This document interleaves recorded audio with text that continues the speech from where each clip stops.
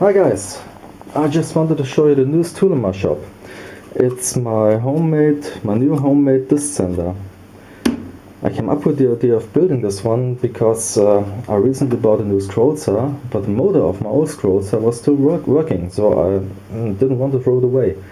And yeah, I came up with this idea. It's a variable speed motor. The faceplate is mounted directly to the motor, there is no pulley involved, so it's a very simple construction. And it works great.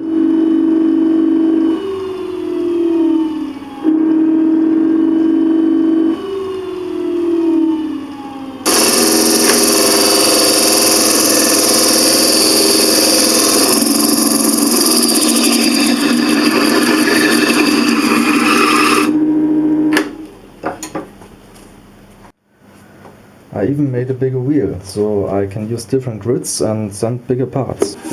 And changing the wheels is actually very easy.